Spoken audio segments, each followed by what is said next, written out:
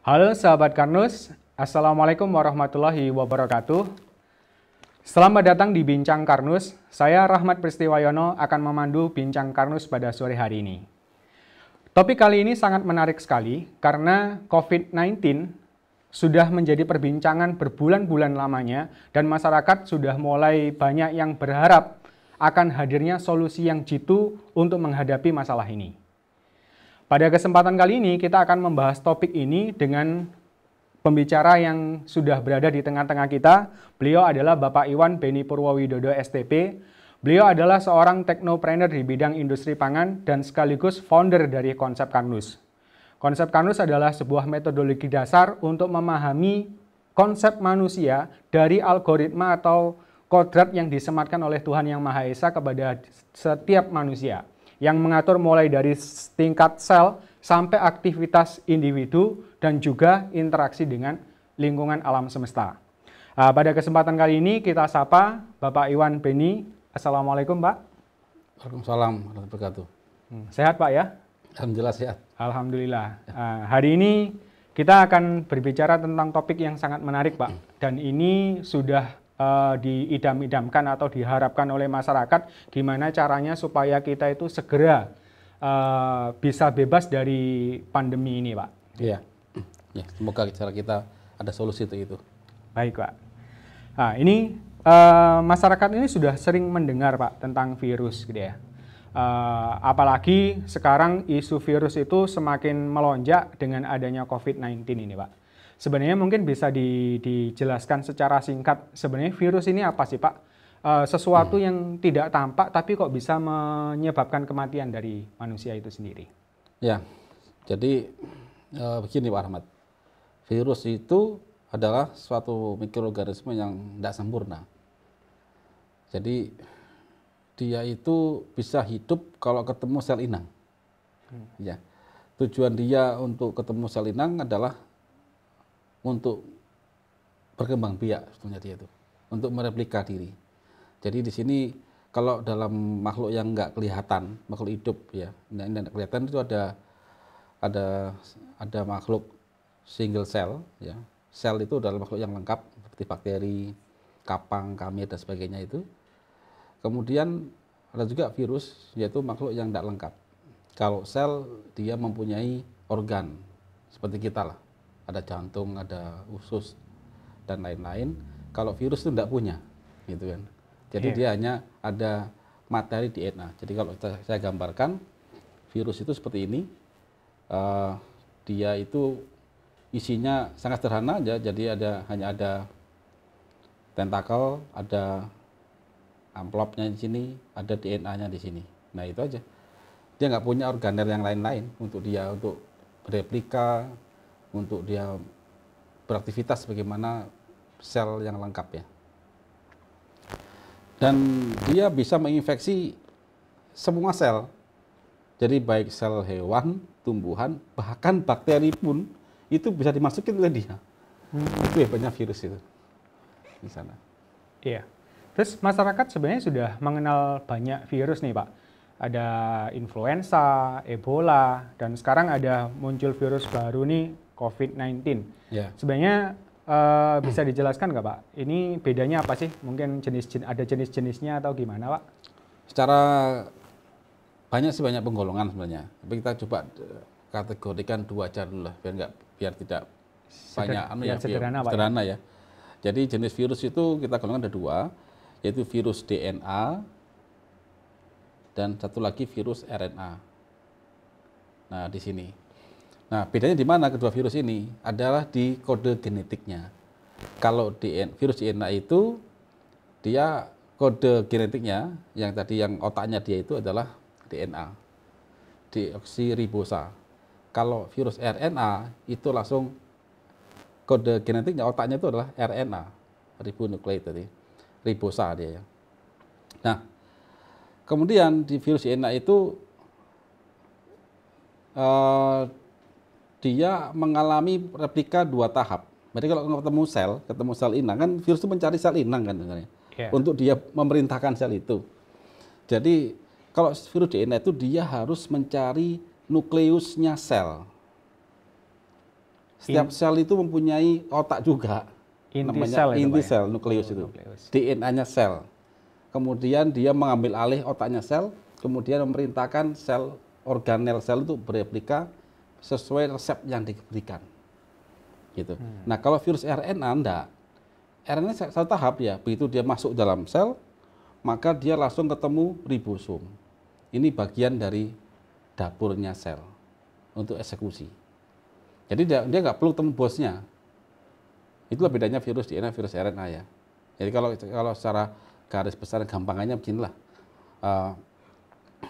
Kita kan orang industri, yang paling gampang lah, maklun. Ya, saya punya pabrik makanan, ya kan. Pak Rahmat punya resep. Nah, Pak Rahmat itu virus itu. Kalau virus DNA, Pak Rahmat harus ketemu saya dulu selaku owner. Lebih birokratif. Birokratif ya. Jadi ketemu saya negosiasi, saya terpengaruh, maka saya perintahkan seluruh organ saya, pabrik saya, mulai kepala produksi, gudang, semuanya untuk membuat resep Pak Rahmat. Tapi kalau Pak Rahmat virus RNA, tidak perlu ketemu saya, langsung masuk nyelonong, ketemu kepala pabrik saya, tanpa minta izin saya, itu jalanin. Nah itu lebih gila lagi kan. Nah itu gampangnya dalam masyarakat umum kan ya. Iya. Itu. Nah karena virus RNA itu langsung potong kompas, makanya virus-virus ini mutasinya sangat cepat perubahannya. Jadi otomatis ya agak sulit dikendalikan. Itu. Kalau yang virus DNA itu agak lambat mutasinya. Contohnya apa? Hepatitis, herpes itu virus DNA. Kalau virus RNA apa contohnya? Influenza, Ebola, Corona, dan katanya COVID-19 juga, yang saya dapat informasi begitu. Itu virus RNA, yang secara dapat dari data baik online, yang kita dapatkan via online semuanya ya, itu virus RNA dia masuknya. Oh, jadi sangat cepat ya makanya ya penyebarannya. Cepat. Dan terbukti kan sekarang, sampai sekarang virus flu nggak ada tuh obatnya. Sampai sekarang loh. Jangan corona, jangan COVID, virus flu aja nggak ada. Memang kita biasa-biasa aja kena flu, istirahat sebentar, kita sistem kita mampu mengenali ya sudah. Tidak perlu dikhawatirkan. Oke Pak, tadi menarik sekali ilustrasinya virus tadi ya, di ilustrasi pabrik tadi ya. Yeah. Itu kalau kita lihat, kalau memang tujuannya itu adalah virus itu untuk memperbanyak diri ya, bereplika ya. Itu mungkin bisa dijelaskan lebih detail Pak, tahapan-tahapan. Mungkin selama ini kan kita tahu, masa inkubasi gitu ya. Virus ini itu sekian hari. Kalau COVID, saya dengarnya itu kan 14 hari gitu ya. Itu ada tahapan-tahapannya Pak? Ya, jadi memang ada tahapannya. Jadi virus itu mulai pertama kali masuk dulu ke tubuh kita, dia mencari sel yang cocok gitu kan. Kemudian dia baru komunikasi dan dia baru masuk. Ya persis lah seperti orang mau maklun tuh. Datang dulu ke pabriknya, kemudian dia berusaha negosiasi dan akhirnya jadilah. Nah, di sini coba kita, kan ada dua jenis virus tuh, ya kan, virus DNA, virus RNA. Coba kita cek yang virus DNA dulu ya. Baik. Sama, virus itu dia datang, dia ngetok pintu dulu selnya, yang diketuk siapa? Ya pintu sel. Nah, saya kan punya pintu tuh, pintunya tuh banyak, reseptor namanya, reseptor banyak. Jadi dia cari, saya bisa masuk lewat pintu sel yang apa ya? Saya bisa masuk lewat reseptor sel yang mana ya? Itu harus sama itu, antara reseptor yang dipunyai oleh virus dengan reseptor yang dipunyai oleh sel. Taruhlah begini, tahap 1 dia pasti pelekatan dulu. Jadi virus itu akan masuk ke reseptor dulu, temu dulu. Dia komunikasi dulu. Nah di sini, ini virus, ini reseptor, ini gini. Setelah dia komunikasi, akhirnya deal, akhirnya pintu gerbang sel itu dibuka sehingga virus masuk. Nah, ini tahap ini masuk ke tahap 2 ya. Ini tahap 2. Penetrasi masuk dia. Kemudian dia melepaskan mantelnya. Dia melepaskan mantelnya, akhirnya keluar DNA dia. Kemudian setelah DNA dia masuk ke nukleus. Nah, ini isinya bosnya sel di sini, the big boss sel. Ownernya sel itu. Di nukleus dia mengambil alih perintah sel, kemudian dia memerintahkan nukleus untuk membuat seluruh kode genetik oleh yang dimiliki virus sehingga dia beranak pinak, akhirnya lisis keluar di sini. Pada saat lisis itu sel mati, pecah. Masuk satu virus, keluar mungkin sekian ribu kali ya. Dia berlipat-lipat.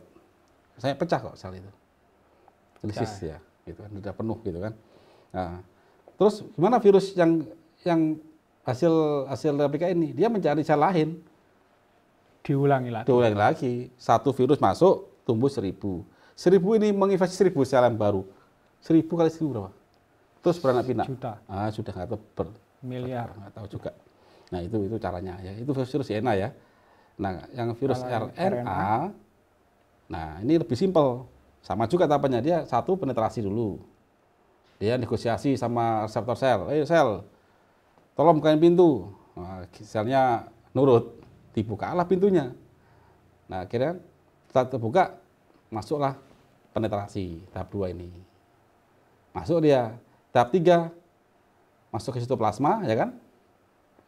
Sitoplasma. Tahap 4, dinding virusnya lisis, keluarlah RNA-nya. RNA keluar, tapi dia nggak ke nukleus, tapi dia langsung ke ribosom, langsung ke mesinnya sel. Tadi seperti Bapak Maklun, nggak ketemu big boss pabrik, langsung ke kepala produksi, langsung merintahkan, langsung ngambil alih.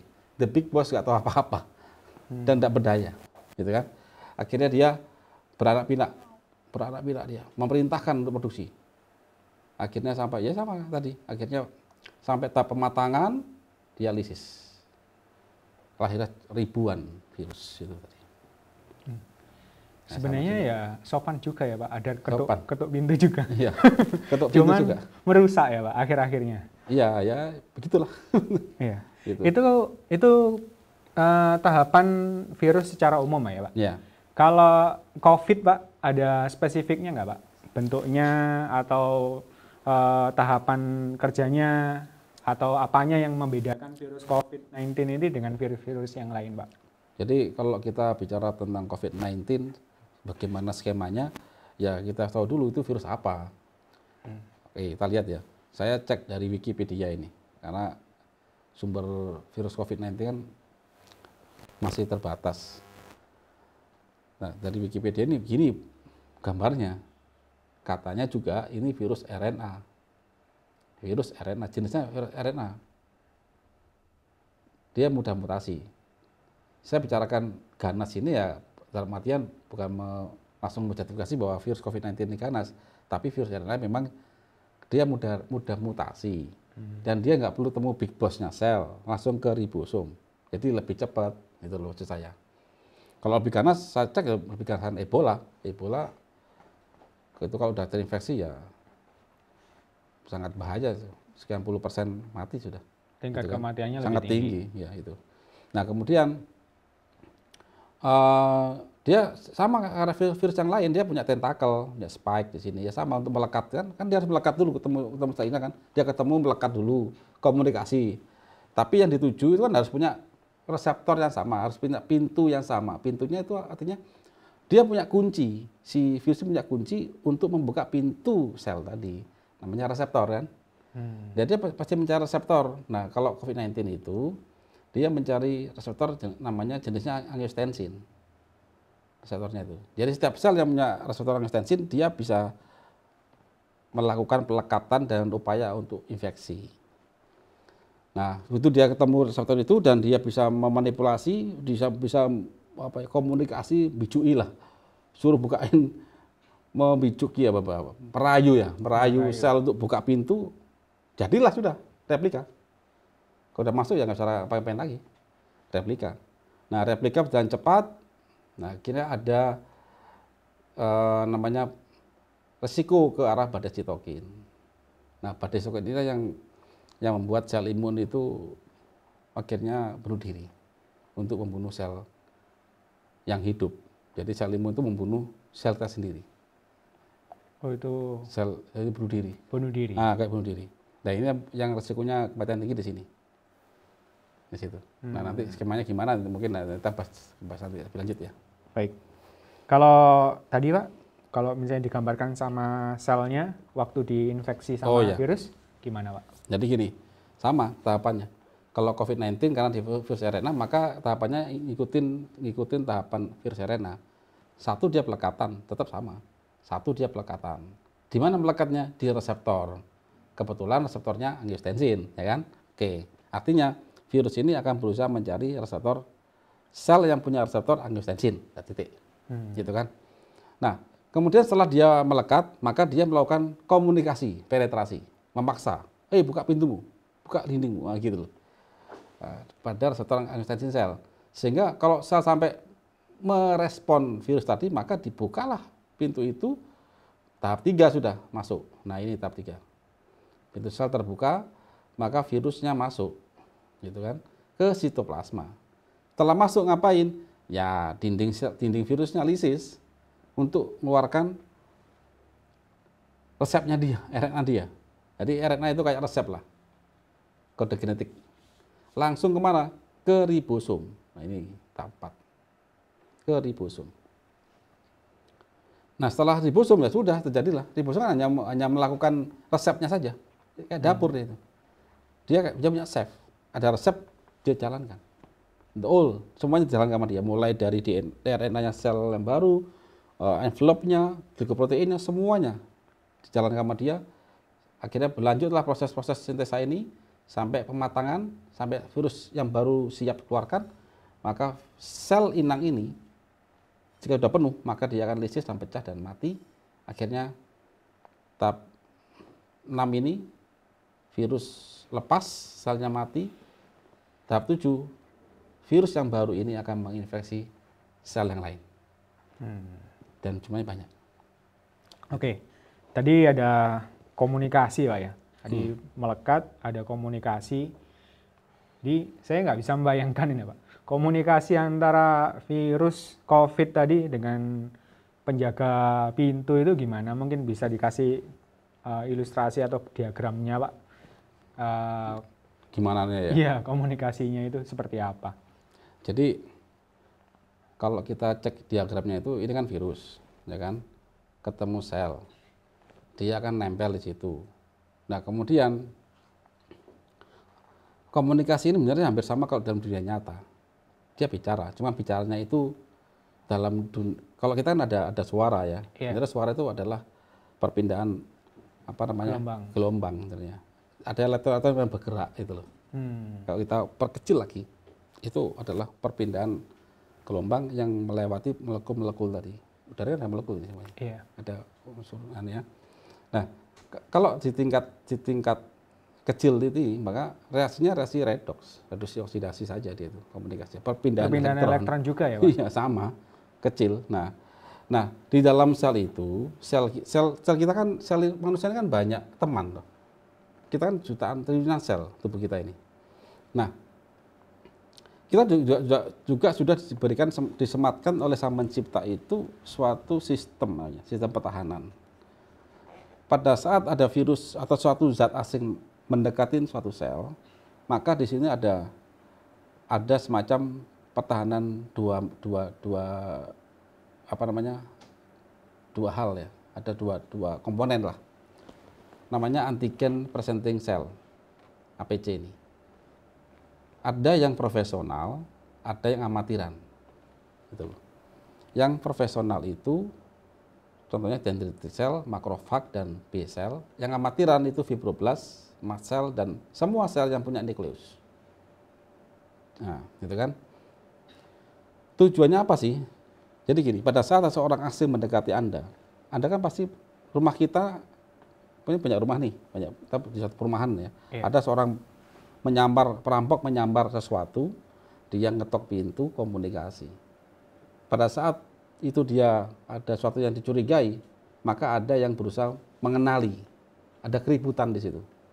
Namanya orang akan mulai melaporkan ke pihak berwajib, menuliskan ciri-cirinya. Bisa pahami sini? Iya. Jadi, ada orang asing berbaju ini, ditulis sama dia, dilaporkan ke Satpam misalkan. Nah, sama juga. Pada saat ada suatu kuman masuk ke dalam sel, di sini ada sesuatu yang aneh gitu loh. Makanya di sini ada dendritic cell, makrofag, dan beta cell, B cell ya. Kemudian ini yang profesional. Kalau dia gagal mengenali, maka yang amatir akan mengenali. Kemudian dia melaporkan ke sistem pertahanan innate imun, ini yang kayak neutrofil, basofil, makrofag, ini kayak kalau di Satpam lah. Gitu kan. Jadi melaporkan. Jadi antigen itu berupa suatu rumus kimia yang mencirikan ciri-ciri karakter makhluk asing itu. Dilaporkan ke sistem pertahanan untuk segera ditangkap, gitu aja. Nah, kalau dilaporkan ke yang reguler, inat imun kan yang reguler nih, ya kayak satpam gitu dan sebagainya itu. Kalau dia nggak mampu, maka ini dilaporkan ke sistem antibody production, artinya sistem yang adaptif, yang dia bisa bikin senjata. Nah, kemudian setelah dapat senjata, maka diarahkan untuk membunuh virus ini dengan tanda berupa sitokin. Sitokin itu ya, tanda. Tanda. Jadi penanda, artinya matanya dia. Kalau kita punya mata kan, punya mata bisa melihat. Kalau sel imun itu kan tidak punya mata, tapi dia bergerak lewat sinyal. Sinyal. Jadi sinyal itu matanya dia, itu sitokin. Kita asumsikan sitokin lah, begitu.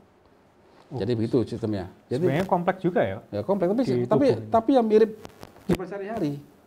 Kehidupan sehari-hari gimana, Pak? Ya mirip, gitu kan. Ya seperti ini, Pak. Ini anggap aja nih. Kita ini di perumahan, ini saya ambil satu rumah ya. Ingat, ini anggap aja nih rumah ini banyak lah ya. Ini tetangganya banyak, dempet. Oh ya. Ya, dempet.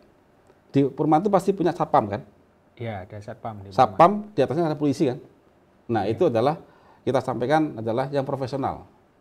Gitu kan? Yang reguler profesional, gitu kan. Anggap aja ini ada seorang perampok yang menyamar sebagai petugas listrik. Gitu aja. Menyamar sebagai petugas listrik, dia masuk ngetok pintu. Gitu. Akhirnya di sini kalau pemilik rumah ini dia pinter, dia kan nggak mudah percaya sama orang itu. Ya kan? Di situ ada komunikasi keributan. Akhirnya kan mulai ini, jika pas di depan rumah itu ada satpam lewat kan langsung tahu tuh. Iya. Langsung nyamperin. Nah, kalau nggak ada, yang matiran lah. Siapa? Pembantu rumah tangga lah, teriak-teriak lah. Pemilik rumah teriak-teriak lah. Warga sekitarnya mungkin tetangga, ini ada yang aneh nih. Tapi karena dia nggak berani melerai, maka dia langsung laporkan ke siapa? Ke pos satpam. Ke Polantas kan, ke Sabara misalkan ini ya. Iya. Nah, begitu dia langsung bergerak. Lihat. Wih, ternyata pakai pistol, pakai granat. Kan nggak mampu. Ini kan reguler. Makanya dia langsung pindah ke adaptif imun. Sistem pertahanan yang adaptif, yang dia bisa bikin senjata. Kopassus misalkan, Brimob atau artileri udara misalkan nggak perlu kan. Nah, dia bikin senjata dengan berdasarkan ciri-ciri dari ini tadi yang dilaporkan di sini. Jadi ini antigen namanya. Nah, itu antigen itu adalah berupa ciri-ciri. Lapor. Ini ada perampok bawa granat, bawa pelontar rudal misalkan, yang rampok apa ya rudal. Tapi itu fakta. Maka setelah sistem adaptif atau pertahanan yang lebih canggih itu dia mengenali dan dia bisa bikin senjata. Oh, kalau dia bawa rudal maka saya gempur dari udara. Begitu. Maka disiapinlah senjata baru. Pada saat disiapin senjata baru, maka dia butuh arah. Ini kemana arahnya? Ditimbangkan kemana? Di mana alamatnya? Di mana posisinya? Nah, itulah namanya sitokin. Nah, itu tadi itu. Oh, di sini. Jangan sampai salah. Sitokin ditaruh rumah ya, jebol rumahnya salah sasaran. Yang perampoknya mati memang betul, tapi yang punya rumah ya mati juga. Jadi kayak ngasih koordinat X-nya gitu ya kalau rudal. Betul itu. Jangan sampai salah sasaran. Itu sama kok. Ini sistem. Tidak bisa kita bicara parsial. Kuatkan imunmu. Tapi sistem komunikasinya nggak bisa, nggak jalan. Ya sama saja. Malah bunuh diri. Gitu ya. Oke. Kalau bicara tadi ya, penjahat tadi Pak. Ya. Itu kan dari sekian rumah, ya. Dia tadi kan pasti ada komunikasi di gerbang tadi Pak ya. Itu bukan berarti dia itu tidak memasuki sembarangan rumah Pak ya. Rumah yang misalnya gemboknya itu yang dia punya ini ya Pak ya. Iya. Nah, kalau yang COVID-19 ini sel yang diserang itu sel apa saja Pak? Nah, oke. Tadi kan masalah rumah ya, lebih jelas ya. Tadi kan saya mempunyai ilustrasi sebagai nyamar petugas listrik. Ya. Artinya dia akan masuk ke rumah yang punya listrik loh. Punya listrik ya. Yang punya apa namanya? punya langganan listrik kan? Iya, meteran. Meteran listrik kan, atau PLN. Maka dia menyamar itu. Nah mungkin kalau rumah nggak ada listriknya dia menyamar bagian listrik. Iya. Nah itu loh, menurut saya ya. Oke. Nah kalau sel COVID-19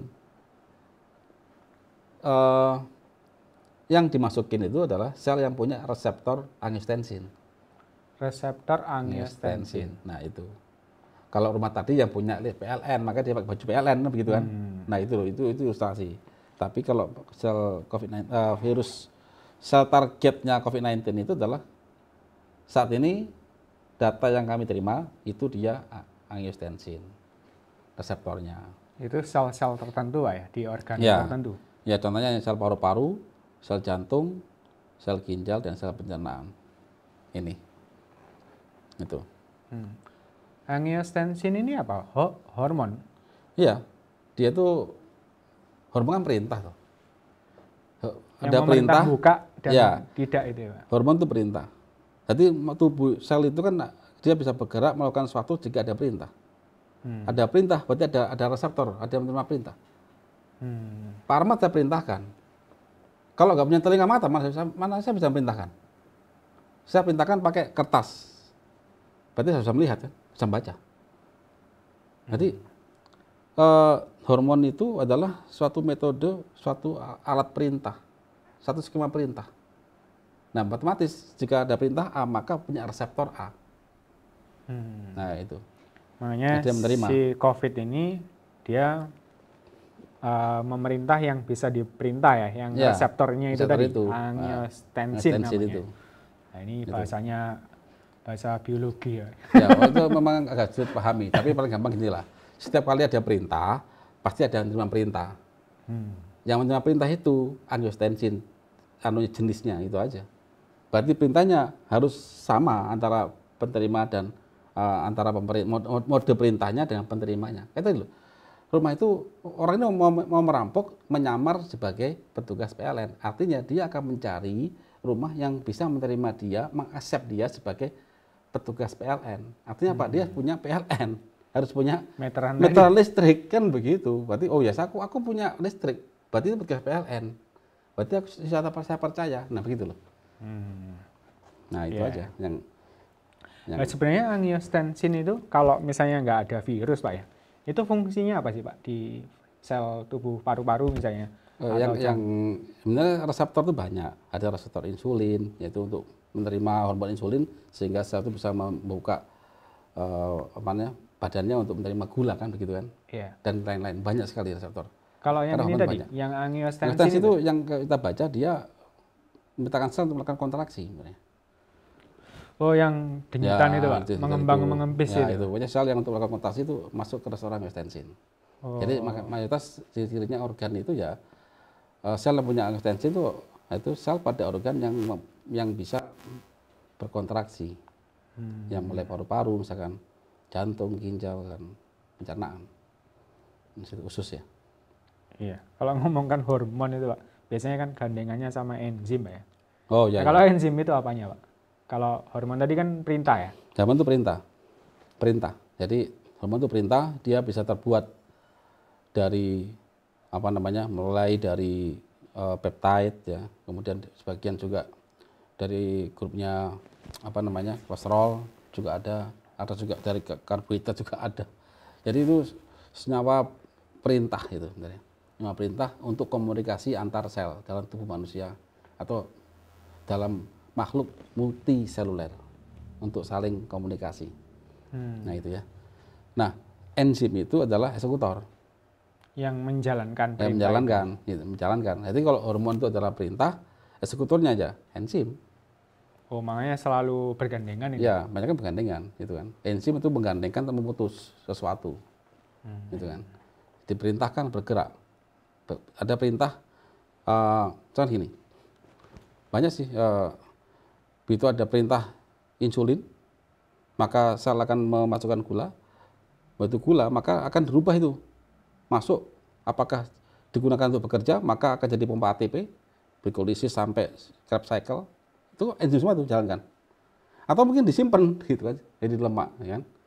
Bisa jadi, itu semua enzim jalankan semua. Jadi itu hormon memasukkan sesuatu, minta sesuatu, maka akan dieksekusi jadi apa. Itu sistem yang mengatur.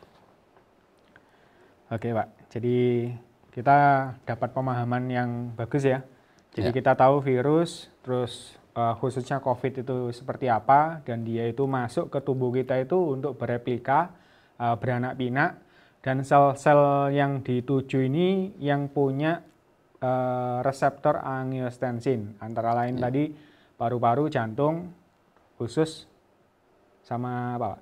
Ginjal ya Pak? Ginjal. Itu yang secara literatur saya baca ya. Secara literatur. Kebanyakan ini yang diserang itu paru-paru Pak ya, yang di berita-berita itu Pak ya. Yang berita paru-paru. Oke, setelah kita paham tentang COVID-19 ini Pak, tentang ciri-cirinya dan cara kerjanya gitu ya, kita langsung topik kita kan strateginya Pak. Strategi menghadapi COVID-19 ini bagaimana Pak menurut konsep Karnus Pak? Jadi kalau kita bicara strategi itu ada 2 tahap, Pak Rahmat. Tahap pertama pencegahan. Pencegahannya apa sih? Ya mencegah COVID-19 tidak masuk dalam tubuh. Dan satu lagi paling penting, memastikan sistem imun bekerja dengan baik. Ini paling penting. Sistem imun harus bekerja dengan baik, dipastikan. Kalau mencegah itu, kita nggak tahu, nggak kelihatan virus itu. Iya. Ya kan? Kecuali tahu ada bentuknya terus menghindar. Kalau gimana menghindar gitu kan. Tahap 2, pengobatan. Ini bagi yang sudah terlanjur kena. Ada infeksi awal dan infeksi lanjut. Di situ. Jadi ibarat main game strategi itu, kalau pencegahan itu COVID-nya masih belum masuk. Belum masuk benteng ataupun dia masuk tapi dibunuh. Oh, dibunuh. Iya. Langsung Dia boleh masuk. Dibunuh ini ya. Iya, kita kan perang. Kita ini hidup di alam semesta ini nggak sendirian. Ada makhluk lain yang ciptaan Allah itu ada. Bakteri, kapang, kambing nggak kelihatan semua. Gitu kan? Di luar jin loh ya. Saya nggak bicara bahas tentang jin. Yang nggak kelihatan itu virus nggak kelihatan juga. Gitu kan? Nggak kelihatan tapi masih masuk Ciptaan. Itu sahabat-sahabat kita itu sebenarnya. Setiap hari ketemu sama kita itu. Baik Pak. Lah, untuk mencegah itu gimana Pak? Virus ini tidak kelihatan ya. Jadi sangat kecil, tidak kelihatan mata gitu ya. Terus maksudnya mencegah itu nanti gimana? Apakah yang selama ini program misalnya harus jaga jarak atau apa gitu? Jadi saya tuh lebih suka kalau mencegah itu adalah tidak cuma sekedar takut, jaga jarak, overprotective ya. Itu semua itu kan nonsen. Apabila sistem imun itu tidak bekerja, nggak kelihatan dia kok, gitu kan. Nah, tapi di sini oke lah, kita ada usaha paling nggak situ. Yang pertama adalah satu pencegahan itu adalah kita berupaya supaya sel COVID-19 itu kita cegah masuk ke paru-paru dan usus, kan gitu kan. Kalau melihat, karena dia akan menyerang paru-paru dan usus kan begitu, yang paling gampang, gitu kan. Kalau kita bicara jalur masuk loh ya, kalau hirup bisa masuk ke paru-paru, pernapasan, langsung kan. Kalau buat makanan bisa langsung ke usus kan begitu. Itu paling gampang. Kalau ginjal sama jantung kan agak jauh jalurnya dari luar kan. Jadi kita coba cegah 2 jalur itu, pernafasan dan pencernaan. Kemudian pada orang yang mempunyai gangguan metabolis seperti diabetes, hipertensi, stroke, cancer, segera berbagi metabolisme sel. Nah, ini terapkan konsep Karnus. Ini upaya untuk mereaktivasi seluruh sistem, termasuk sistem imun. Sistem imun itu bagian kecil dari semua sistem loh. Berarti manusia ini enggak banyak sistem manusia itu. Sistem imun memang penting, tapi semuanya penting juga yang lain. Kayak negara lah, negara kan ada sistem pertahanan, ada sistem pemerintahan, sistem pendidikan, semuanya ada kan. Nah, kalau semua itu hanya fokus ke pertahanan, siapa yang mau bekerja cari mutar uangnya nggak ada. Sedang pertahanan butuh duit. Nah itu, ini harus pahami secara konteksnya. Kemudian perkuat regulasi sistem imun, jadi pastikan metabolisme tingkat sel berjalan dengan baik. Ya terapkan konsep Karnus lagi.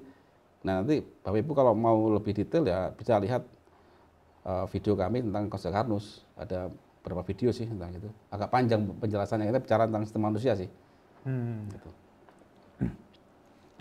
Terus kalau pencegahan Pak ya, yang lewat udara ini, selama ini kan harus pakai masker gitu ya. Itu apakah memang efektif Pak? Kalau saya baca-baca itu kan virus itu kan ukurannya nano Pak ya. Yeah. Padahal kalau masker itu kan tetap kalau di zoom gitu ya, atau di mikroskop kan bolong-bolong itu Pak, lebar-lebar. Lubangnya sama ukuran virusnya lebih kecil virusnya. Apakah masih efektif Pak kalau pakai masker itu Pak? Ya kalau pakai masker, maksudnya masker kain ya tidak lah. Tapi paling nggak debu bisa kesaring. Kita kan tidak terpapar zat lain yang bisa menurunkan sistem kita kan. Termasuk kalau debu, kita bersin, batuk, sebagian tersaring. Tidak menulari orang lain. Jadi kalau pencegahan polusi udara itu ya pertama social distancing, ya kan. Yang kedua pakai masker. Nah, cuman alangkah lebih baiknya jika masker kita itu dibekali oleh suatu zat yang mampu menangkap suatu zat pula yang mempunyai tentakel glikoprotein atau protein. Tentakelnya kan, virus tadi. Kan glikoprotein tadi kan. Iya. Sesuatu yang bisa menangkap dia itu, paling nggak lengket lah. Sehingga kalau masuk ditahan dia di situ. Sesuatu itu yang sebenarnya harus ada sebetulnya. Kemudian dia jaga kebersihan. Nah, jadi ini kan strategi ya kita bicara ya. Seandainya ada gitu kan, kita pasangkan di situ. Tapi ingat, social distancing itu ya hanya menunda sebisa mungkin untuk masuk ke tubuh kita. Itu. Menunda Pak ya? Menunda. Berarti kita mau ujian. Belum menyelesaikan. Karena virus itu kan saya lihat kan sekarang semua orang bicara kapan ya virus ini hilang dari muka bumi. Sampai sekarang virus itu nggak pernah hilang loh. Iya. Virus sejak zaman dahulu kala itu nggak pernah hilang sampai sekarang, gitu kan. Iya. Apalagi COVID itu kan baru-baru lahir katanya gitu kan. Itu. Jadi ya janganlah kita terlalu muluk-muluk untuk meminta virus ini hilang musnah. Ya, yang bisa kita lakukan adalah mempelajari virus ini, kemudian mengetahui potensi diri kita. Itu paling penting. Ibarat kita mau ujian nih, ya kan? Kita mau mereschedule, menunda, kan tetap ujian. Selama menunda ini apa yang dilakukan? Kalau diem aja main-main ya tetap nggak bisa lulus lah. Harusnya mempersiapkan ujian itu. Betul. Terus yang penting lagi bisa menghadapi ujian. Iya, ngapain tunda-tunda, gitu kan? Hadapi. Kita ini petarung kok. Tubuh ini petarung semua loh. Itu kalau lewat udara Pak. Tapi kan kemana-mana pakai masker. Yeah. Tapi pada waktu makan, kan tetap aja dibuka. Oh iya, ya dibuka lah. Terus kita kan nggak tahu Pak, makanan itu steril atau tidak. Itu gimana strateginya kalau kita ternyata virus COVID itu juga bisa lewat makanan. Jadi di udara ini sangat sulit kita bicara steril. Sangat sulit. Kita sekarang ngobrol sini udah banyak kuman. Kita nggak tahu itu kuman apa. Kalau kita ambil sampel media agar, bakteri kapang banyak, apalagi virus, kita nggak tahu. Gitu kan? Jadi yang paling penting tadi, saya lagi potensi diri. Itulah Konsekarnus itu bicara panjang lebar mengenai manusia dan alam semesta. Manusia itu sudah dibekali oleh Sang Pencipta itu skema yang sangat indah, sangat kuat di situ. Oke, itu makanan ya. Makanan itu cari makanan yang bersih, artinya bersih tidak kotor, gitu aja. Tapi kalau kita bisa steril, enggak. Begitu Anda buka taruh meja, ini teh nih, saya minum teh nih. Ini nggak mungkin nih, ini steril betul. Saya minum ya, berarti ya. Bersih, belum tentu steril. Iya, belum tentu steril. Gitu kan? Nah, kemudian ya tangan kita jaga kebersihan lah. Bisa steril dengan hand sanitizer kan? Nah, begitu kena udara, ya nggak tahu lagi. Bisa nempel lagi. Bisa nempel lagi. Nah, virus yang ada di makanan kita atau kuman itu, begitu kita makan, kita kunyah, kita punya pembunuh di situ, di lambung. Di lambung. Jadi virus kita makan nih, masuk mulut, lambung, usus halus kan? Iya. Nah, pada saat di lambung itu, terjadilah pembantaian seluruh kuman. Siapa membantai? Asam lambung. Asam lambung ini. Kena asamnya itu Pak ya? Iya. Bisa semua. Hancur, Pak? Hancur semua, jangan virus, bakteri mati itu. Kok udah percaya? Pernah bersihin itu nggak toilet? Yang pakai pembersih. Ya, pembersih lantai itu. Yeah. Waktu coskan berasap itu kan HCl isinya. Baca aja HCl. HCl itu asam kuat yang dia bisa menghidrolisis. Nah, kuman itu kan kita lihat, virus tadi saya terangkan itu ada glikoprotein, ya kan? Ada lemaknya juga. Begitu protein itu kena asam kuat, pecah dia jadi asam amino. Diisi sama air, dan matilah dia. Gitu kan? Nah, tapi dengan catatan yang paling penting. Yang membunuh itu asam lambung kan? Iya. Yeah. Artinya, selama asam lambung Anda itu baik, tidak netral, nanti ingat, asam lambung Anda tidak netral, maka insya Allah Anda akan kuat menghadapi kuman tadi. Tapi jika Anda kena emah, kemudian dikasih obat-obat penetral asam lambung, ya jadi macan ompong. Padahal kalau Ramadan gini nih, Pak, kan banyak yang sahurnya itu supaya kuat. Itu malah dikasih obat emah gitu. Penetral asam lambung itu ya. Iya. Itu tindakan yang kurang baik, yang melawan kodrat Sang Pencipta. Asam lambung diciptakan oleh Allah itu untuk mencerna makanan. Sel-sel kita ini tidak doyan rawon, tidak doyan makanan sahur kita, tapi dia butuhnya monomer. Nasi sel nggak doyan, maunya glukosa. Daging, sate, kambing yang kita makan, nggak doyan sel itu. Maunya apa? Asam amino. Yang pecah dia siapa? Asam lambung lah. Iya ya. Jadi sebenarnya Tuhan itu juga sudah menciptakan asam itu memang tujuannya itu. Selain mencerna makanan, membunuh kuman dan virus ya. Karena Allah menciptakan alam semesta ini kita nggak sendirian loh. Banyak makhluk yang lain yang Allah ciptakan. Tujuannya apa? Ya untuk mensupport alam semesta ini. Loh, siapa sekarang kalau nggak ada bakteri, virus dan sebagainya? Siapa yang mencerna feses kita menjadi CO2, nitrogen bebas untuk tanaman untuk bikin buah lagi? Siapa yang mendigest bangkai-bangkai itu? Mereka. Tapi Allah sudah membuat batasan-batasan masing-masingnya. Nah, kalau kita melanggar, melemahkan sistem itu, ya sudahlah. Jangan salahkan itu. Coba tanya sendiri, apakah saya sudah melaksanakan fungsi manusia ini sebagaimana mandat dari Sang Pencipta.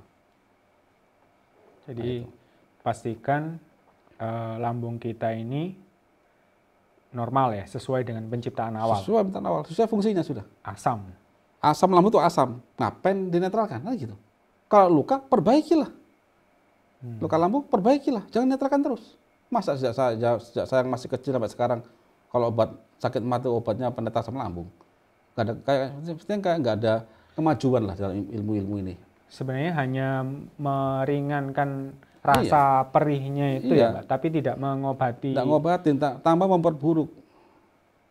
Makanya ada penyakit degeneratif, diabetes, hipertensi, lemah semuanya itu. Dan banyak infeksi. Itu tadi. Iya, mati juga orang-orang yang sakit mah itu. Dia pasti sering kena tipes itu. Dan anak mahasiswa itu lah, yang paling gampang. Iya. Anak kos. Istri saya dulu ya gitu. Sering kan? Sering. Ya. Mah pasti ya. Karena nggak ada makanan satupun makanan yang steril, itu aja. Nah, ini kalau sudah terlanjur nih Pak, misalnya masyarakat kita itu sudah kadung buahnya yang sering minum obat mah, sehingga lambungnya ini netral gitu ya. Akhirnya kan virus itu masuk Pak. Iya. Nah, ada nggak strategi kalau sudah terlanjur gini Pak? Misalnya sudah kena. Gitu. Kena entah virus, entah bakteri, dan sebagainya kan? Iya. Oke. Jadi gini, ini namanya strategi, saya lagi ini strategi loh ya. Iya. Strategi. Keberhasilan kita serahkan pada Sang Pencipta. Tapi kita berupaya untuk berpikir. Kita berpikir, karena kita kan diminta untuk berpikir kan? Iya. Oke. Bagi mereka yang sudah terlanjur masuk, kalau masuk toh nggak masalah, asam bisa bunuh kan gitu. Oh iya. Ya kan? Kalau jangan masuk saya hello nggak apa-apa. Perampok datang ke rumah kita dengan nyamar, kita bisa ngabisin dia, selesai ngecuri ngerampok. Gitu kan? Nah, jadi dalam strategi pengobatan ada dua kita, awal dan lanjut. Kalau awal ini berupaya jangan sampai masuk, cukup nempel aja. Artinya virus sudah masuk ke tubuh kita, tapi belum sampai masuk ke dalam sel paru-paru atau sel usus atau sel yang lain. Terserah. Jadi ibaratnya ini perampok itu sudah masuk, sudah ngetok pintu kita. Sudah berupaya masuk, tapi dihadang oleh sistem. Nah itu ya. Itu yang awal. Awal, pengobatan awal ya. Jadi apa strateginya? Nah, ini di sini ada gambar saya. Tahap ini COVID-19 itu sudah masuk dan menempel pada reseptor angiotensin. Jadi ini satu nih. Nah, satu. Dia ngetok pintu nih, angiotensin. Assalamualaikum. Oh ya, assalamualaikum. Bukan assalamualaikum ya. Woi, buka pintu ya gitu. Atau selamat pagi, Pak. Nah, gitu kan. Ya. Karena menyamar sebagai petugas listrik. Ya. Saya dari PLN, dan bla bla gitu. Dia komunikasi nih. Ya, komunikasi dengan sel. Nah, pada saat komunikasi ini, kalau kita tahu mencurigakan, berarti kita harus banyak cerdas dengan pertanyaan. Dalam bahasa komunikasi tingkat sel, dalam tingkat atom, komunikasi kan berjalan dengan reaksi redoks itu. Reduksi oksidasi. Artinya apa? Semua unsur akan diarahkan ke pasangan-pasangan elektron tadi. Baik secara radikal atau tidak. Dia mengarah ke gas ideal, tujuannya begitu. Maka kita ganggu dia. Ganggu karena dia adalah redoks, maka yang bisa kita donorkan sesuatu yang ada elektronnya kan gitu kan. Iya. Jadi pastikan tubuh punya donor elektron. Nah ini poin 2 ini, saya punya banyak elektron di sini, diganggu di sini. Dengan terganggunya komunikasi ini kan lama itu virus, nggak masuk. Iya. Diharapkan tuh ada neutrofil lewat, ada sapam lewat. Kemudian dia langsung jadi dendrit. Langsung dia membuat antigen.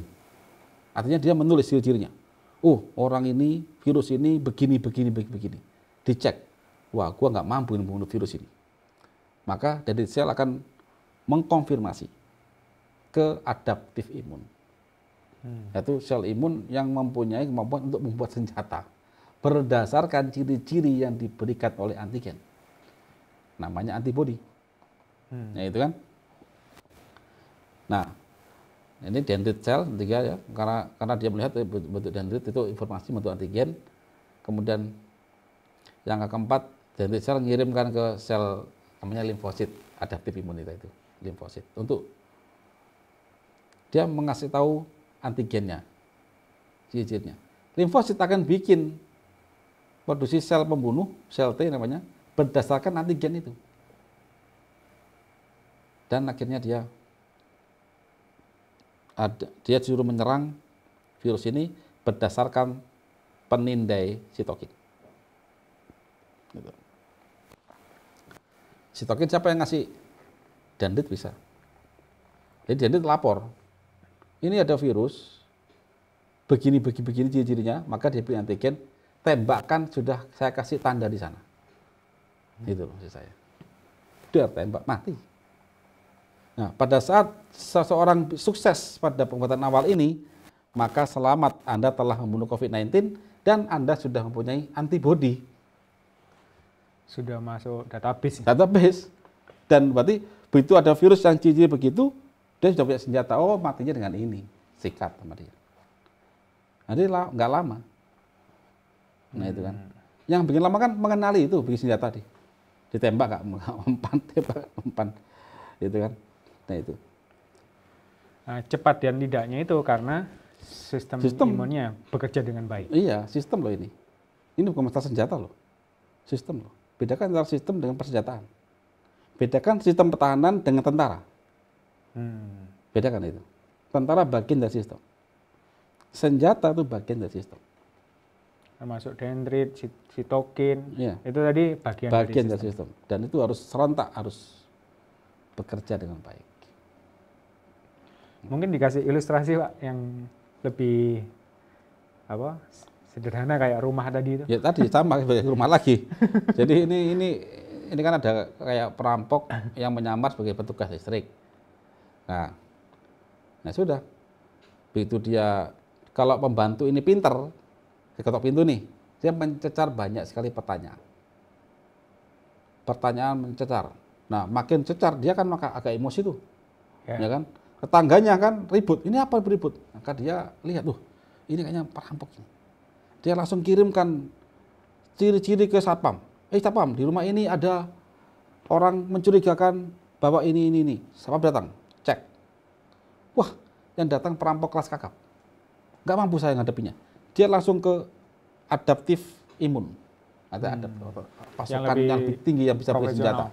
Ada Kopassus, Brimob, artileri, begitu kan. Laporkan, oh dia bawa senjata pelontar roket katanya. Makanya yang sedang lawan artileri udara. Kirim pesawat, gitu kan. Seret. Ditembak kemana? Kan nggak tahu. Di mana alamatnya? Maka dengan penindai sitokin ini, ada dicirikan oleh Sapam tadi, alamatnya di sini, di koordinat ini, maka ditembak. Nah, ini. Nah, sudah ini, jadi perkuat pintu rumah, lakukan berbagai berkala caranya. Ulur waktu komunikasi, membantu dengan tanya ID dan sebagainya. Nah, mengulur waktu itu kalau dalam bahasa tingkat sel itu, karena dia durasi redox, maka dia diganggu itu. Kasih elektron, kasih elektron. Dan tubuh kita sudah punya itu kok. Glutathione dan sebagainya itu ada. Katalase, ada semua. Kalau berjalan dengan baik, kalau enggak ya tebal sudah. Nah itu ya. Kalau proses itu lambat ya Pak, terus akhirnya tadi penjahatnya sudah kadung masuk, ya. Terus mau ngobrak-ngabrik rumah, itu berarti sudah masuk ke tahap lanjut? Tahap lanjut sudah. Tahap lanjut itu. Nah, terus kalau tahap lanjut strateginya ada lain lagi? Nah, lain lagi. Berarti kalau udah tahap lanjut otomatis kan sistem imun seorang sudah kacau balau sebenarnya. Jadi kalau udah tahap lanjut, ya lakukan di tahap lanjutnya kita berupaya untuk menenangkan diri, menenangkan seluruh sel. Jangan panik.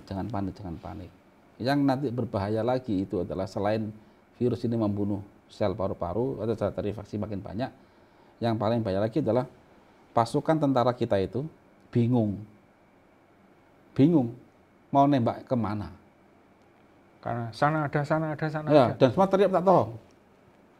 Akhirnya tentara itu pasukan imun itu akan menilai bahwa wah ini bandit ini atau virus ini bersembunyi di balik setiap warganya. Nggak mungkin selamatin sudah. Akhirnya apa? Dibom, bandit semua dibom hangus. Seperti Bandung Lautan Api ya, dibakar semuanya. Nah itu bunuh diri. Tadi itu badai sitokin. Jadi pada kondisi ini yang bisa kita lakukan adalah kita jangan sampai ada badai sitokin, artinya jangan sampai sel imun kita itu bingung nembak kemana, kita bunuh diri semua, dibunuh semuanya. Baik sel tubuh yang hidup dan sel virus, dan virusnya dibunuh. Nanti hitung-hitungan, kalau hidup, kalau mati. Gitu. Itu akhirnya kayak autoimun ya, menyerang dirinya sendiri.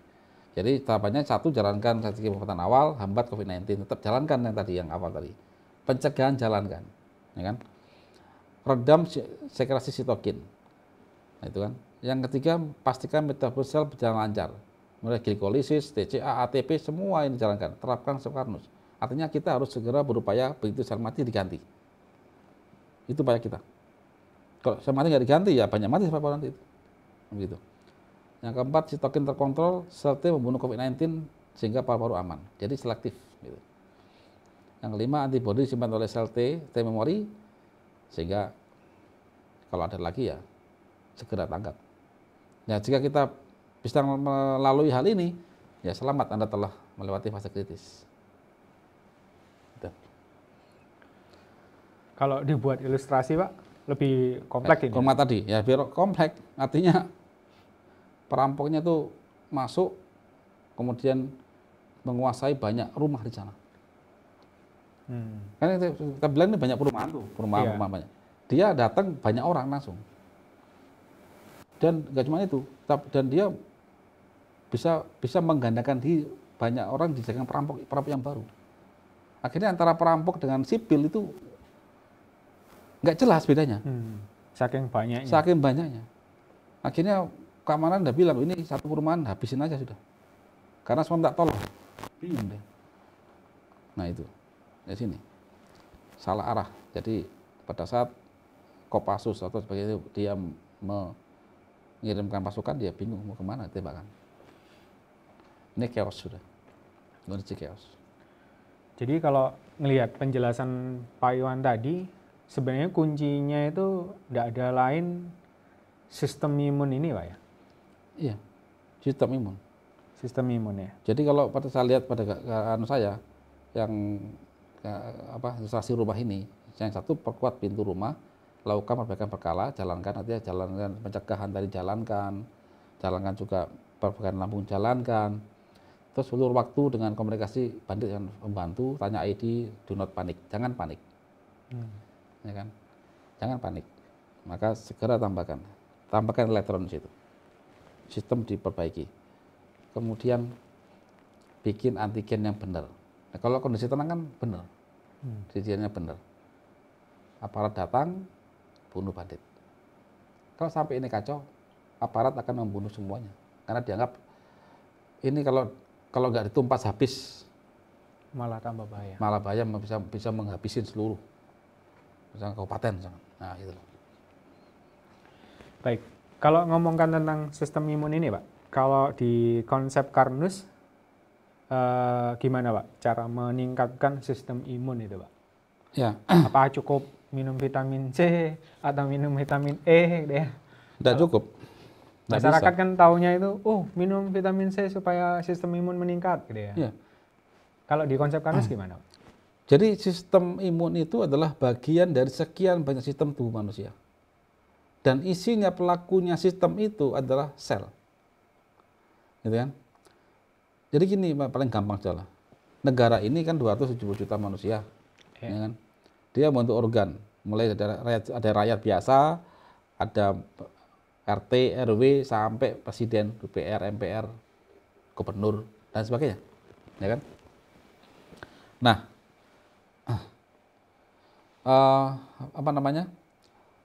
apa syarat satu negara ini makmur sehingga semua sistem berjalan normal?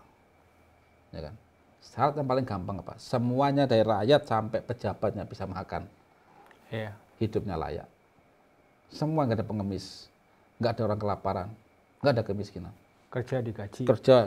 Kerja ya benar bisa kerja, adil, makmur, tentrem. Yang petani ya makmur. Artinya adil di sini. Bisa makan toh akhirnya semuanya. Iya. Nggak ada lagi orang kelaparan kan. Itu syaratnya. Sama kayak sistem manusia. Sekian triliun sel itu harus bisa makan. Cuma yang saat ini sering dilalaikan itu adalah bahwa makanan ini kan makan manusia nih. Ya kan? Sate, nasi, ini kan semua polimer. Sel nggak doyan polimer itu, sel itu. Polimer itu apa, Pak? Polimer suatu susunan apa ya? Kimia organik ya, yang kayak karbohidrat, protein, lemak, dan hidrokarbon mayoritas itu teknis pada manusia lah ya. Nah,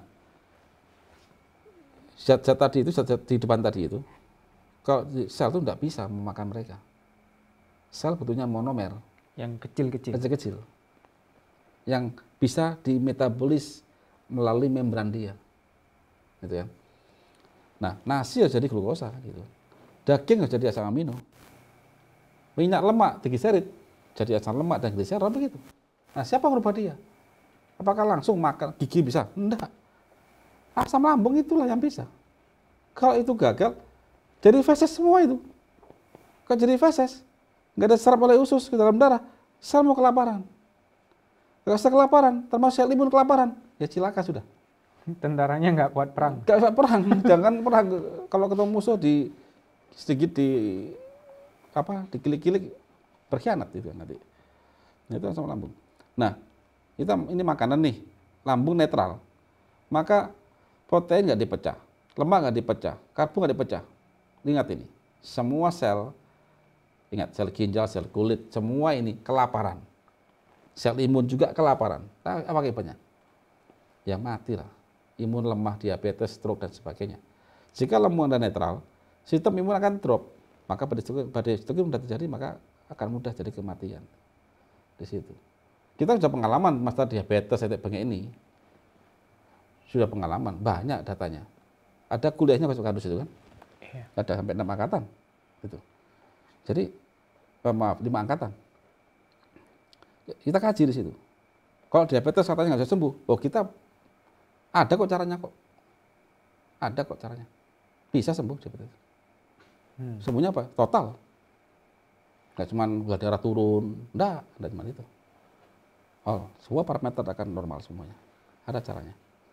Nah itu, karena Sistem imun juga termasuk salah satu sistem tubuh manusia, maka otomatis ya mau tidak mau kita harus pahami cara kerja itu semua. Kasihlah makan mereka semua, semuanya. Minimal itu yang kita lakukan. Maka lambung harus baik. Nah, itu. Termasuk untuk bikin senjata tadi itu juga butuh bahan. Dan sekarang, itu juga dari lambung. Sekarang pikirkan, kira-kira waktu perang itu butuh duit enggak? Iya, butuh. Butuh duit, senjata aja butuh beli. Kita sel darah putih itu bikin sel T, sel pembunuh itu butuh duit semua, butuh ATP semua itu, butuh energi semua itu, butuh modal. Nah kalau orang nggak memahami bagaimana kita tahu modalnya sel itu apa? Monomer. Glukosa, asam lemak itu bahan energi, tapi harus ada katalisnya, enzim dari asam amino. Ada regulatornya, hormon, dari mana aja derivatnya? Pelajari itu. Ketemu semua kok jawabannya. Jadi sangat erat ya, antara lambung, sistem pencernaan yang baik, itu akan memperkuat sistem imun. Semua sistem di situ. Memang nggak langsung jika AKB enggak. Ini di sini ya, seperti itu. Apa hubungannya sebuah filter bensin dengan ECU? Itu aja. Jika orang berpikir pendek, nggak ada hubungannya. Tapi orang berpikir jangka panjang, tahu kalau itu nggak ada filter, maka akan ada kebutuhan injektor dalam waktu lama. Itu sebelum dia mogok, maka ada penyesuaian seluruh resources dalam sistem mobil itu sampai dia benar-benar gagal. Berarti sudah memforsir kerja semua sistem mobil, alat mobil. Kalau orang itu aja. Jangka panjang. Jangka panjang. Makanya penyakit degeneratif itu mesti panjang ya. Jangka panjang. Dari itu tadi. Anak mas 20 tahun dan kan kena diabetes sudah 35 tahun, 40 tahun diabetes terus dan sebagainya. Anda bilang apa? Keturunan. Ini kan saya kira pemikiran yang nggak lazim untuk zaman sekarang. Kita harus kritis dalam hal ini. Baik Pak. Ini tadi strategi ya Pak. Strategi mulai dari pencegahan, kemudian kalau sudah harus pengobatan awal sampai ke pengobatan lanjut, gitu ya.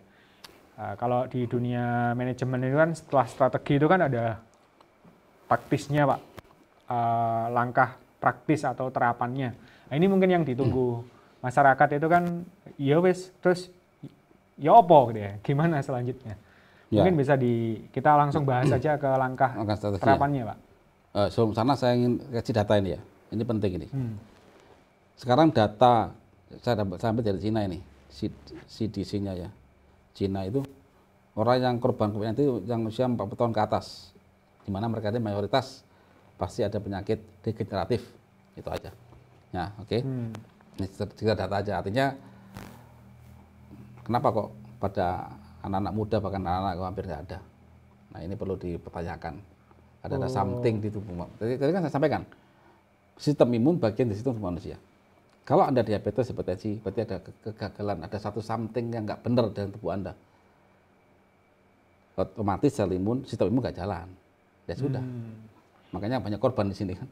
Data ini secara tidak langsung mengindikasikan bahwa orang-orang yang kena COVID-19 itu ada penyakit penyertanya. Penyerta. Dan itu adalah penyakit degeneratif. Iya, mayoritas degeneratif. Kalau terjadi degeneratif, otomatis sistem imun kan nggak jalan. Iya. Kayak diabetes, sel dia tuh nggak bisa membudek dari insulin. Akhirnya darah nggak bisa gula darah nggak bisa masuk ke dalam sel. Padahal gula darah itu untuk energi. Akhirnya kelaparan sel itu. Ya orang lapar gimana? Lihat orang diabetes kan loyo, kurus, sering, mohon maaf, impoten juga kan. Nah, apalagi ngelawan virus Pak. Iya. Ya selesai. Itu yang kita anukan ya. Yang jadi, senang aja kurang, apalagi yang nggak enak perang. Nggak enak perang, suruh perang. Gitu aja. Oke. Baik, Pak. Dilanjut Pak ya. Ya. Kita ke terapan ya Pak. Tadi kan ada pencegahan, ada pengobatan awal, pengobatan lanjut. Kita bahas satu persatu. Yang terapannya kalau pencegahan Pak. Oke.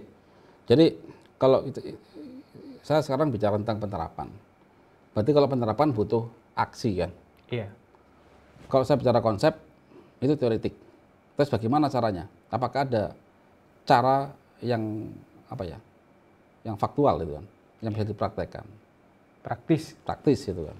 Nah di sini mau tidak mau ya kita akan bicara tentang suatu zat akhirnya, gitu kan. Oke. Pencegahan mata udara, social distancing kan. ya lakukan untuk menunda. Paling nggak menunda sambil kita persiapan, gitu kan. Saya gitu kan. Yeah. Menunda, tapi nggak ngelakuin apa-apa ya percuma saja. Kemudian supaya menundanya itu bisa maksimal, maka gunakan masker yang punya sesuatu yang bisa menangkap glikoprotein. Nah di sini memang ada Karnus Mas, tapi ini masih dalam tahap upaya untuk produksi massal. Dan kita sudah cek, insya Allah dia punya kata kompleks dan gugus fenol aktif untuk mengikat virus dan kuman. Selebihnya ya jaga kebersihan tangan, hindari usap wajah dan hidung, itu aja. Nah ini bentuknya begini. Yang sedang kami riset itu di sini. Alhamdulillah memang sudah ada, memang sekarang tinggal produksinya yang agak problem, karena kita ingin ini terjangkau juga di masyarakat. Itu diperbesar dari ya, anu tadi Pak ya? Dari membrannya itu. Jadi yang hitam-hitam ini itu anunya, apa namanya? Ini kalau pakai SEM itu kelihatan bagus, cuman saya belum masukkan ke sini gambarnya SEM-nya, elektronnya ya. Nah kemudian ya ini sudah yang untuk urat udara. Tadi kan pencegahan ada 2. Nah. Udara sama yang makanan. Oh ya, yang makanan. Yang makanan ya mau lambung harus bagus. Justru ini yang paling penting. Lambung harus bagus, betul lambung itu bagus, makannya banyak lauk, ya sudah, sistem berjalan. Gitu kan. Justru ini yang paling penting. Nah, terus bagaimana? Memang kita punya cara-caranya. Yang pertama adalah hindari penetralan asam lambung. Kemudian segera rekonstruksi lambung dengan agacosereal dan dengan dosis 1,1. Ini pencegahan. Segera perkuat senyawa donor elektron dengan algati. Maka makanan bergizi dan sehat. Kami minta banyak lauk di sini ya, kalau sudah lambung diperbaiki. Rekonstruksi itu artinya ketika lambungnya terjadi luka atau yang sudah sekian lama dinetralkan, itu diperbaiki gitu Pak? Ya, direkonstruksi diperbaiki lagi. Tidak cuma dinetralkan, justru penetralannya paling bahaya. Justru penetralan asam lambung itu yang berbahaya, membuat sistem semua lemah. Sudah itu. Maka segera kita rekonstruksi. Itu pakai alga gold ya. sereal. Intinya ya kalau kita emang kami ini kan kita kan ada konsep research dan juga ada solusi gitu kan. Dan kita ada paten tentang ini, tentang lambung itu. Baik Pak, lanjut yang berikutnya. Jadi setelah kalau ini gagal, iya. Kalau seandainya pencegahan gagal dan kemudian dia masuk itu. Ya masuk, ada gejala-gejala, misalnya apa gitu ya. Itu pengobatan awalnya bagaimana? Jadi seandainya kita terpapar, maka lakukanlah langkah pengobatan awal. Itu ada gejala-gejalanya. Pada masa ini, COVID-19 sudah mulai masuk ke tenggorokan kah, kemudian atau pernafasan kita masuk ke paru-paru. Nah ini ada tandanya. Mulai batuk kering, demamnya mengatau tinggi 37, 38, bahkan cuma 37, sekian. Badan kurang enak, tenggorokan gatal, sedikit diare. Maka silakan pada saat ini Bapak Ibu mau cek ke lab silakan, atau langsung inisiatif segera perkuat sistem. Gitu, serah. Nah, yang diperlukan di sini nutrisinya apa? Agacosereal, algati, kencur, bawang merah, membran Karnus, dan obat simptomatik jika diperlukan. Contoh obat batuk, obat turun panas itu simptomatik. Jika ada antibiotik, maka harus di bawah pengawasan dokter. Bisa kombinasikan, tapi jangan pakai obat mah ya, itu aja. Cara pemakaiannya gimana? Nah, langkah terapan bagaimana? Pada fase ini kita ini berupaya ini loh, di sini loh. Mengganggu, mendonorkan elektron ke si komunikasi antara virus dengan angiotensin. Sehingga diharapkan sistem dendrit ini dan informasi ke limfosit dan terbentuk antibodi ini berjalan sehingga dia langsung menghabisin. Jadi nggak sampai masuk ini. Nggak sampai masuk ke sel paru-paru, tapi sudah nempel di paru-paru kita. Itu belum masuk. Itu harapannya. Jadi pertama adalah suplai dengan elektron, minum algati 5x1. Perbaiki lambung dan lancarkan proses produksi ATP mulai nikotinamid, fosfat, enzim, Nah, itu dengan algosereal 3x1.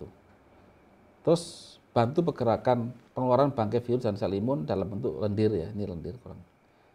Dengan obat pengencer dahak atau dengan algati plus kencur 2x1. Makan banyak lauk dan bervariasi, hindari debu, isolasi diri menggunakan masker ini, Carnus mask ya.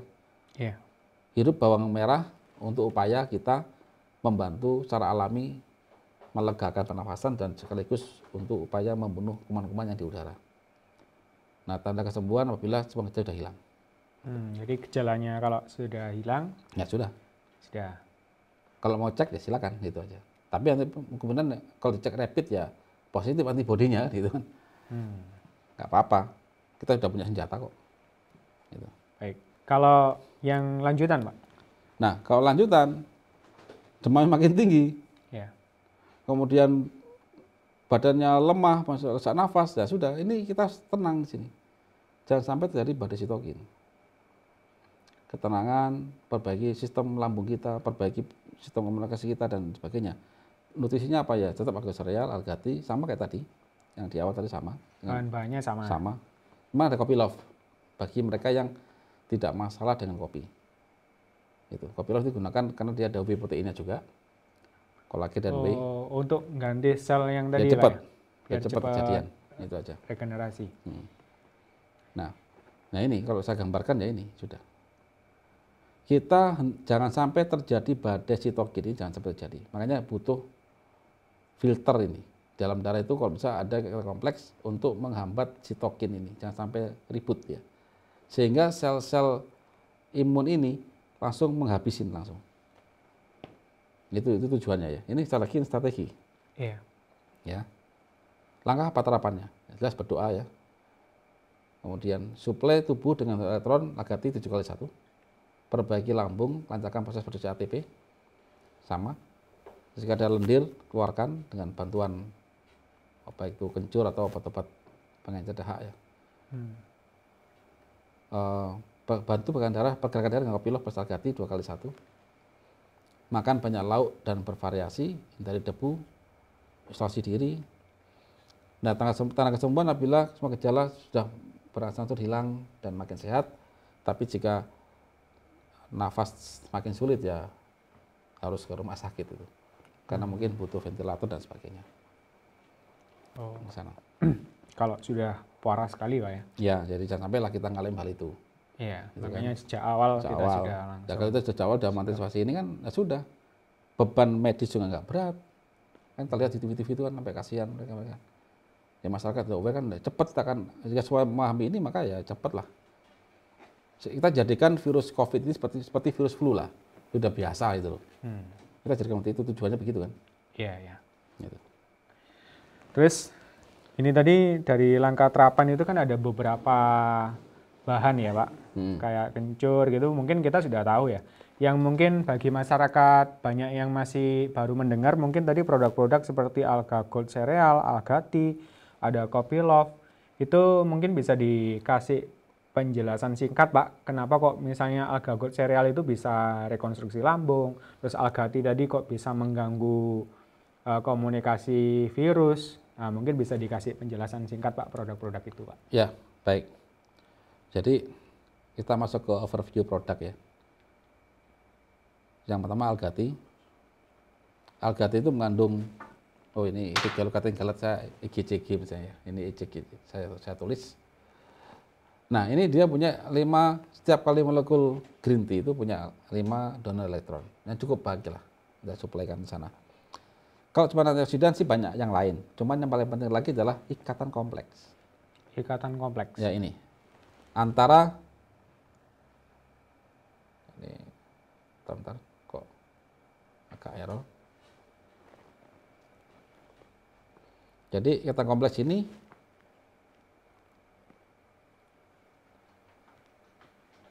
nah ini. Jadi nah ini ikatan kompleks ya. Ini adalah ikatan dari tanin dan kolagen khusus yang kita produksi sendiri, sehingga dia bentuk janji lembut. Tanin itu dari teh hijau. Dari teh hijau dan kemudian dari rosella yang ada di dalam Algati ini. yang dia insya Allah bisa mengikat glikoprotein dan menjadi buffer sekresi sitokin. Situ. Jadi tujuannya virusnya tadi nempel, gitu, diikat. Diikat. Sitoknya diikat juga, jadi dia dihambat sama dia. Dihambat. Itu. Dia menghambat komunikasi dengan donor elektron, kemudian juga menghambat pergerakannya dia juga. Memperpanjang proses endositosis pada waktu infeksi, sehingga tadi dengan banyak elektron yang didonorkan kan agak lambat virus masuk. Yang paling penting apa? Tidak merusak sel tubuh, ini paling penting, justru melindungi. Melindungi. Iya, itu paling penting situ. Jadi sembuh, kalau sembuh balik lagi ke asalnya. Baik. Itu yang untuk Agati ya. Ini agak serial. Ya inilah masterpiece-nya, Agati. Agati bekerja dalam sistem komunikasi dalam darah. Kalau Algagot serial itu di awalnya di lambung. Di lambungnya ya. Ini yang utamanya. Karena sel itu, sel kita ini, sel otak, sel mata, sel ginjal, semua sel itu tidak bisa makan jika tidak ada yang mengkonversi dari makanan masuk mulut menjadi makanan mereka. Nah ini perlu pahami. Kalau sampai gagal dicerna oleh lambung ini, maka semua makanan itu menjadi feses. Makanya bagi mereka yang lambungnya bermasalah, sel netral, fesesnya bau, maaf. Baunya kan banyak protein di situ. Kalau makanya dia banyak gizi, gitu kan. Yang paling bahaya lagi, sistem selnya akan kelaparan dengan semua sistem failure akhirnya. Ini apa? Ada kegagalan. Nah, dia mengandung kolagen tipe 3. Kebetulan kami adalah pabrik kolagen lokal Indonesia, salah satunya halal. Dari sapi. Ada pati resisten, ini juga salah satu paten kami. Duet dari dua hal ini akan merekonstruksi lambung yang luka. Kemudian mengandung risperidone aktif sebagai sumber nikotinamid dan berperan sebagai faktor pada siklus TCA dan pompa elektron pada pembangkitan ATP. Penting ini. Gitu kan. Nah, nanti bicara tentang ATP nanti kita bicara pada Koseparnus. Kemudian ada fosfat dan kalsium dari ganggang untuk transport elektron dan translasi enzim dan hormon serta energi. Sistem komunikasi di sistem tubuh diperbaiki. Sangat penting bagi pencegahan dan pengobatan COVID-19. Makanya ini penting sekali. Kita bicara sistem. Sistem tahanan harus bisa diperbaiki dengan sistem pula. Tidak bisa diperkuat salah satunya. Kemudian ada Karnus Max. Di sini memang sedang kita upayakan produksi. Sudah kita coba juga, coba pakai dan juga dites.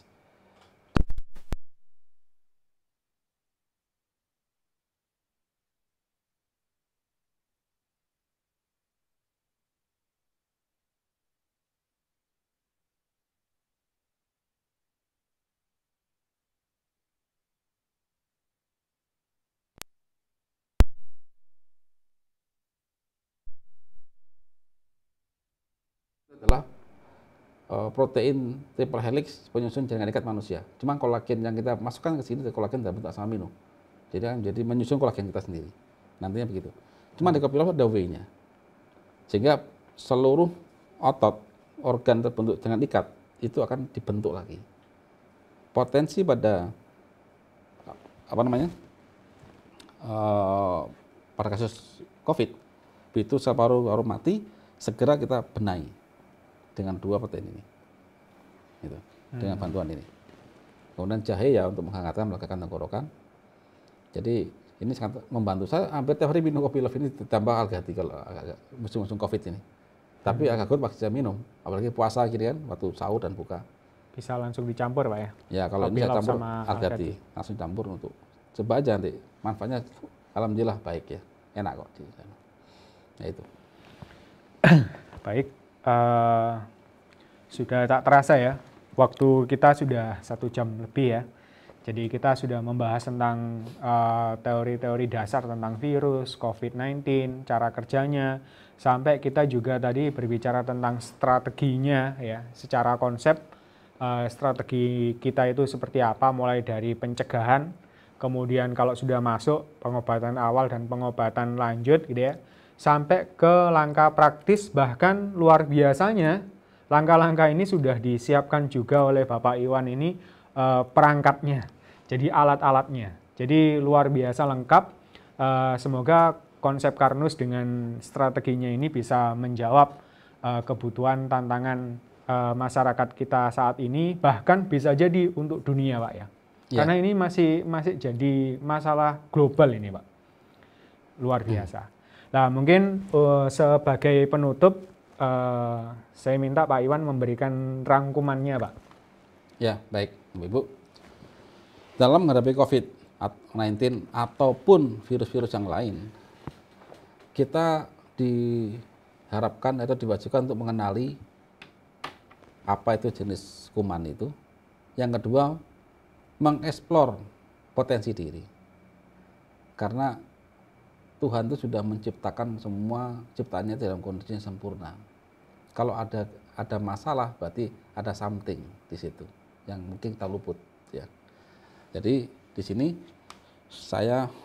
kita rangkum ya. Jadi setiap tubuh manusia sudah diberi algoritma dalam menjalankan kehidupan di alam semesta ini. Manusia sudah diberi salah satu fitur, yaitu sistem pertahanan diri dari sesama makhluk ciptaan Sang Pencipta. Ya.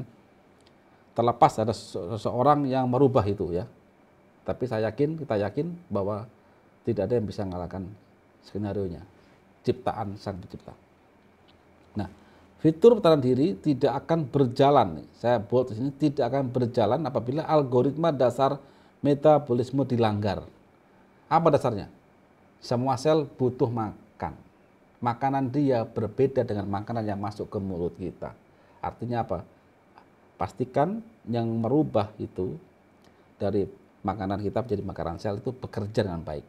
Apa poin utamanya? Asam lambung harus bekerja dengan baik. Ya. Maka inilah konsen dari konsep Karnus. Terus kemudian sadarlah ya, COVID-19 ini adalah virus. Artinya apa? Hanya sistem imun tubuh kita yang bisa melawan. Gitu kan? Dan janganlah bermimpi atau bahwa virus musnah, tidak bisa. Kita harus berpikir begini. Virus COVID-19 ini harus kita jadikan dia seperti virus flu biasa. Gitu kan? Toh angka kematiannya dibandingkan, saya lihat data-data yang lain ya, angka kematian ini dibandingkan dengan orang terinfeksi itu tidak besar. Dibandingkan DB misalkan, ya banyak DB. Saya baca kemarin yang kena DB itu per bulan ini sudah 40 sekian ribu. Gitu kan. Dari musim hujan ini. Indonesia. Belum lagi yang lain-lain, cancer apalagi. Sedunia. Enggak ada apa-apanya. Jadi kita jangan panik di sini. Yang saya lihat sekarang masyarakat itu terlalu panik. Gitu loh. Jadi coba kita tenangkan diri. Tadi sudah saya terangkan virus itu apa dan bagaimana potensi diri kita. Kita insya Allah lebih kuat menghadapi itu. Ya, jangan panik. Virus ini tetap waspada. Waspada bagaimana? Ya tadi loh. Pastikan tubuh kita ada perbaikan. Gitu. Ya kan? Kemudian jalankan konsep Karnus, pelajari konsep Karnus ini. Intinya adalah kita mau memahami tubuh manusia. Gitu kan? Sebagaimana sunatullah dari Sang Pencipta, hanya itu. Nah, di konsep Karnus ini sudah berhasil menjawab metabolisme sindrom secara ilmiah. Maka karena mayoritas korban COVID-19 adalah mereka yang membawa penyakit bawaan, otomatis kita harus berupaya untuk mengembalikan, mencari solusi penyakit bawaan ini, seperti diabetes, hipertensi dan sebagainya tadi kan, sudah sembuh dulu. Jadi begitu. Jadi kalau secara singkat cerita, COVID-19 menghadapi COVID-19 jangan panik, waspada, oke, ya. Terus saya harapkan ya segera nanti setelah social distancing ini segera kita beraktivitas seperti semula, gitu kan. Bahwa virus itu dengan potensi tubuh kita bisa kita lawan. Hanya imun yang bisa melawan kita, hanya sistem imun yang melawan kita, itu aja. Bukan dengan social distancing saja. Social distancing oke, untuk memperlambat. Seperti kita mau ujian, minta waktu extend. Tapi kita nggak apa-ngapain, percuma saja. Gitu kan? Nah sambil ini, oke sekarang kita sudah masuk PSBB. Saya harapkan jangan lama-lama gitu kan. Karena begitu ini makin lama terjadi, penderitaan masyarakat juga makin berat Pak Rahmat. Ekonomi berhenti. Padahal kalau kita lihat data secara fair-fairan nih, antara korban COVID-19 dengan yang lain cancer kan ya nggak ada apa-apanya kok. Gitu, jangan panik. Gitu. Cukup, Pak? Ya, saya kira demikian. Oke, luar biasa sekali pembahasan kita pada Bincang Karnus kali ini. Sesuai tagline-nya dari konsep Karnus, ini benar-benar cara cerdas untuk sehat. Jadi untuk menghadapi COVID-19 pun kita juga perlu strategi, dan strategi cerdas sudah diberikan oleh konsep Karnus, dituangkan oleh Bapak Iwan Beni ke dalam slide presentasi yang tadi kita bahas di Bincang Karnus kali ini. Bagi teman-teman yang belum mengikuti channel kita di Karnus Media, nanti video ini kita upload di Karnus Media, silakan subscribe untuk mengikuti Bincang Karnus selanjutnya. Kemudian karena informasi ini sangat dibutuhkan pada masyarakat luas, silakan share sebanyak-banyaknya, like, komen gitu ya, untuk mengedukasi masyarakat kita, bahkan untuk dunia. Jadi demikian dari Bincang Karnus kita pada kesempatan kali ini. Sampai berjumpa lagi di Bincang Karnus berikutnya. Salam Karnus, cara cerdas untuk sehat. Assalamualaikum warahmatullahi wabarakatuh. Assalamualaikum.